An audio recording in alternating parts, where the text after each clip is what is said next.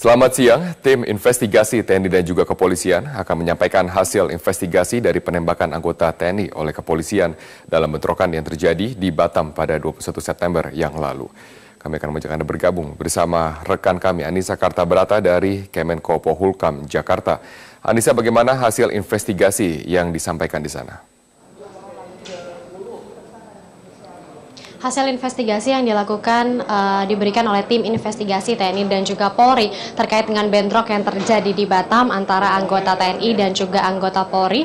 Tim investigasi ini memberikan beberapa rekomendasi untuk Polri dan juga untuk TNI. Untuk Kapolri sendiri, tim investigasi merekomendasikan untuk melaksanakan proses hukum terhadap AKP OYP yang diduga melakukan penembakan terhadap anggota TNI. Sementara selanjutnya juga harus ditelusuri siapa sebenarnya pelaku yang melakukan penembakan terhadap anggota TNI itu dan juga menindaklanjuti anggota TNI yang tertembak di markas Brimob. Sementara untuk rekomendasi yang diberikan kepada TNI ini harus menelusuri atau menginvestigasi siapa saja anggota-anggota TNI yang melakukan penjagaan di lokasi penimbunan BBM ilegal. Dan berikut pernyataan dari Kapus Pen TNI Maijen Fuad Basha. Saran yang pertama kepada Kapolri. Kepada Kapolri ada dua saran. Saran pertama yaitu melaksanakan proses hukum terhadap AKP OYP, anggota Sat Brimob yang tadinya melaksanakan penembakan di TKP. Sekalipun itu penembakan itu tidak ditujukan kepada orangnya, tapi ternyata mengenai dua orang. Nah, dari tim investigasi menyarankan kepada Kapolri untuk memeriksa anggota yang melaksanakan penembakan ini agar diproses gitu. Hukumannya apa? Ya sesuai dengan kesalahannya tentunya. Kalau kesalahannya ringan ya ringan hukumannya, kalau berat ya berat.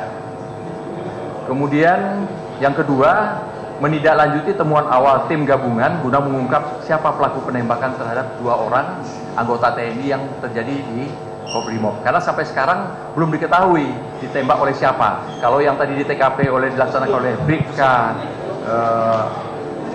OYP tadi, sementara yang terjadi di markas Kobrimob itu belum tahu siapa yang melakukan penembakan.